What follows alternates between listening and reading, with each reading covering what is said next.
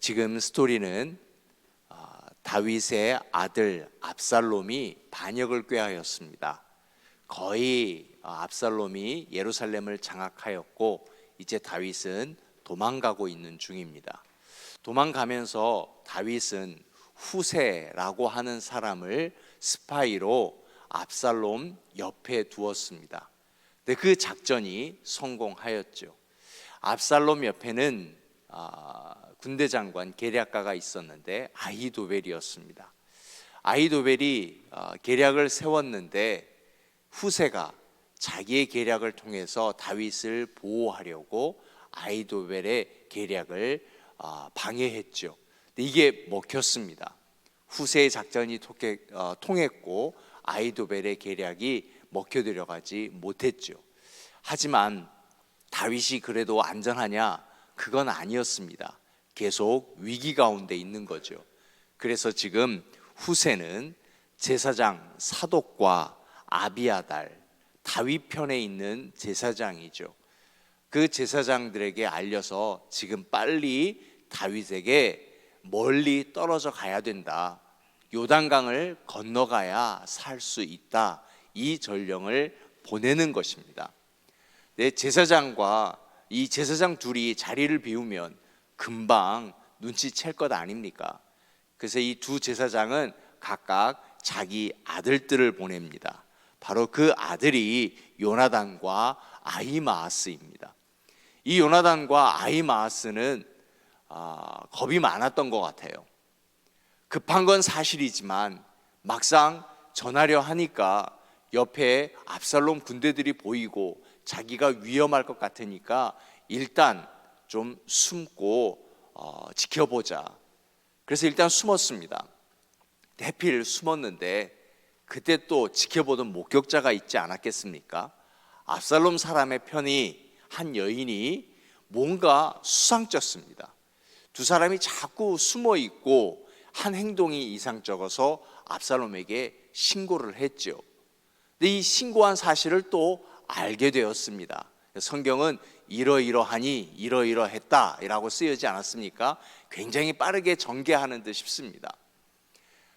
그런데 이 두 아들 요나단과 아히마아스가 어디에 숨었냐면 너무 급해서 그냥 우물 속으로 들어가 버렸어요. 근데 다행히 그 집에 있던 우물은 다윗 편에 있는 사람이었어요. 자기 편에 있는 사람이 숨는 것을 보고 얼른 그 우물을 덮고 그 위에다가 곡식을 말리는 것처럼 덮어두었죠. 압살롬의 군대가 들어와서 첩보에 의하면 분명히 여기에 수상한 사람이 숨었다고 했는데 어디냐? 모릅니다. 아마도 물을 시내를 건너간 것 같습니다. 그것은 요단강을 말하는 겁니다. 요단강을 건너갔다 그러면 그들의 감정적 의지의 선이 넘어간 거기 때문에 더 이상 추격을 하지 않는 것 같습니다. 아무리 찾아도 없고 그 말이 맞는 것 같습니다. 우물은 뒤져보지 않았던 것 같아요. 그래서 그냥 갔습니다. 군대가 물러가는 것을 보고 요나단과 아히마아스는 빨리 다윗에게 가서 이 사실을 알립니다. 요단강으로 건너가십시오. 그래야 살 수 있습니다. 다윗은 그 소식을 듣고 모든 군대를 데리고 요단강으로 넘어갔습니다. 자기의 작전이 실패했다는 것을 알았을까요? 아히도벨은 그만 무엇 때문인지, 자기의 계략이 통하지 않았던 것인지, 아니면 이대로 다윗을 놓아주었기 때문에 다윗에 의해서 죽을 것을 알았기 때문인지 스스로 자결을 선택했습니다. 목숨을 끊었죠. 이제 그리고 바뀌어집니다. 다윗은 이제 요단강을 건너가서 그곳에서 진을 치면서 돕는 사람을 만나게 됩니다. 마하나임, 하나님의 군대라고 하는 곳이죠. 그곳에서 여러 후원자들을 만나게 됩니다. 근데 오늘 분명히 사무엘 하는 다윗이 주인공이거든요. 근데 오늘 마지막에 들어오는 이들이 바로 눈에 띕니다. 조연들이 갑자기 자기의 역할을 잘할 때가 있잖아요. 사실 이 본문 몸부림쳤습니다. 그냥 이야기인데 이 이야기 속에서 하나님이 우리에게 주시려고 하는 메시지가 무엇일까? 몸부림치고 나서 보니까 바로 이들이 눈에 들어오는 거예요. 다윗을 돕습니다. 세 사람이 다윗을 돕죠. 첫째는 암몬의 왕 나하스의 아들 소비라고 했습니다. 한 사람입니다. 두 번째는 로드발 사람 암미의 아들 마길이라고 했습니다.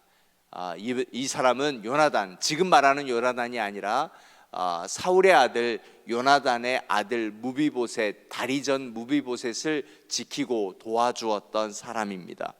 그 사람, 그리고 셋째 로글림 길리앗 사람 바르실레, 이 세 사람이 다윗과 다윗의 군대를 도왔습니다. 자, 그런데 우리가 28, 29절 보면 그냥 도운 게 아니에요. 그 많은 군대는 다수의 사람을 말하는 것입니다. 아무리 쫓겨와도 군대는 군대입니다. 그리고 그 군대가 아무것도 먹을 것이 없어요. 잠잘 곳이 없어요. 이 세 사람이 자기의 가족의 모든 침상도 내어놓고 먹을 것을 내어놓았다라고 하는 것입니다.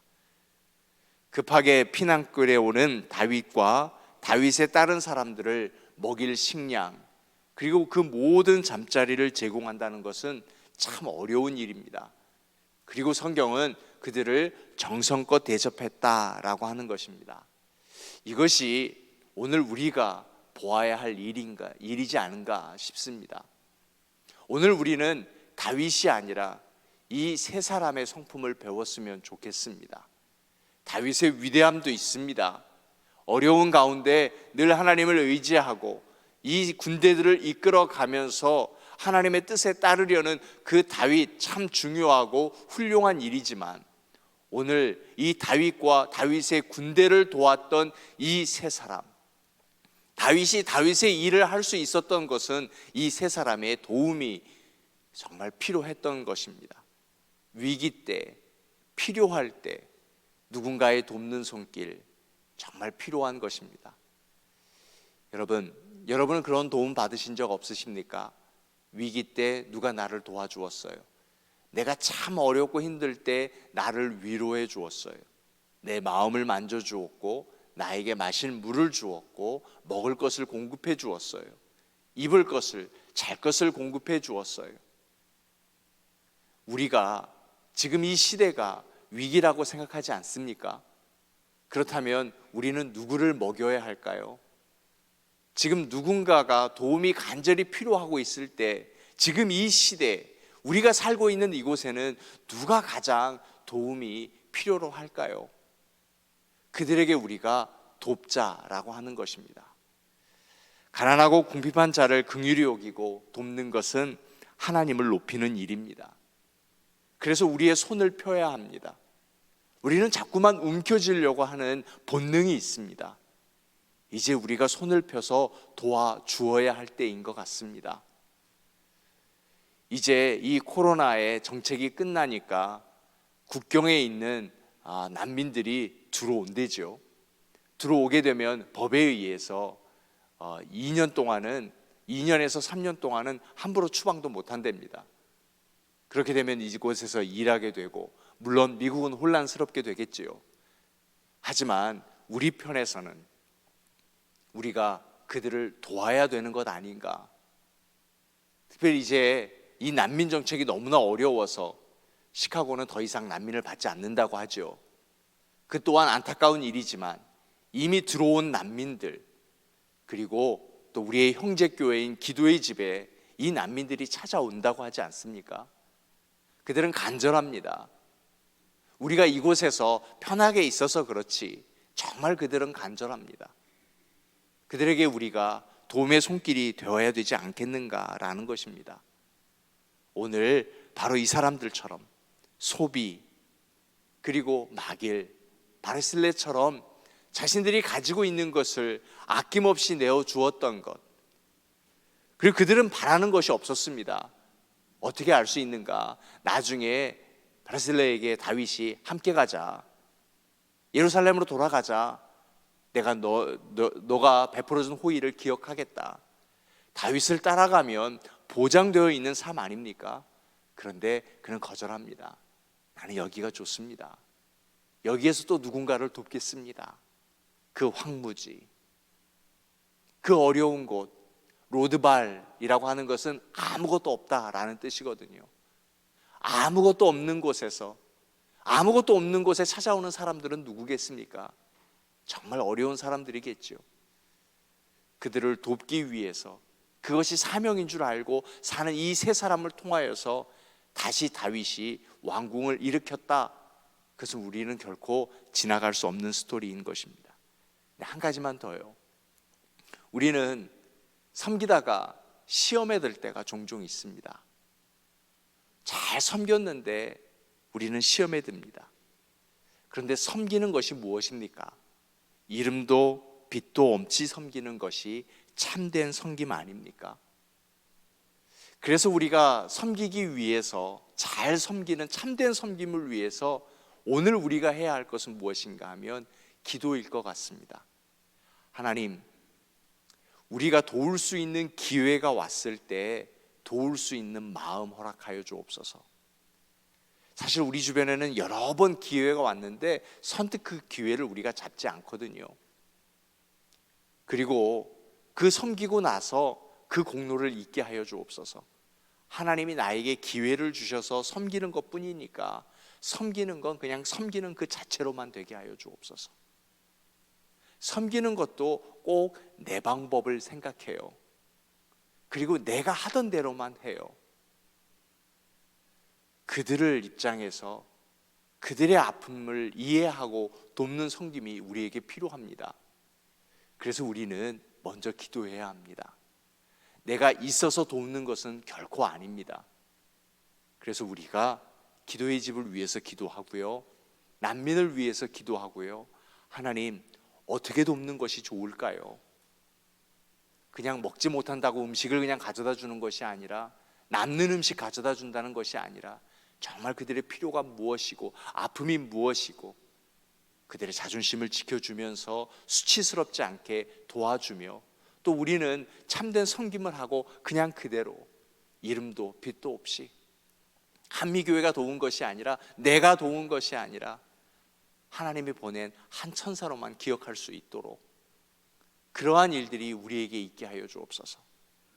그것이 교회 아닙니까? 그래서 우리가 호흡하고 있는 것 아닙니까? 그러기 위해서, 참된 섬김을 위해서는 우리가 기도가 필요하다라고 하는 것입니다. 그러한 일이 있을 때 우리는 또 이와 같은 세 사람을 만날 수 있는 것입니다. 여러분을 축복합니다. 여러분이 황무지와 같은 곳에 있을 때 이러한 세 사람을 만나는 복이 있기를 축복하여 드립니다. 또한 이 땅의 황무지에 이러한 사람들이 찾아왔을 때 우리가 오늘 돕는 세 사람이 되었으면 좋겠습니다. 그리고 이름도 없이 빛도 없이 참된 섬김을 통하여서 그들이 힘을 얻고 다시 그들의 일을 할 수 있게끔 돕는 것, 그 일을 하는 복된 하나님의 사람 되시기를 주의 이름으로 축원하여 드립니다. 자, 우리 이 말씀 붙들고 함께 기도하겠습니다. 하나님, 오늘 이 세 사람의 후원자가 바로 내가 되게 하여 주시고 참된 섬김 그 할 수 있도록 저희들을 다스려 주옵소서. 그리고 내일 주일 예배, 온전한 주일 예배 하나님 앞에 올려드릴 수 있도록 인도하여 주옵소서. 위에서 기도해 주시고요, 출타 중인 분, 또 아프신 분, 그리고 우리 느헤미야 프로젝트를 위해서 우리 온 교우가 함께 힘을 합하여서 성전을 세워갈 수 있도록 함께 기도합니다. 우리 함께 기도합니다.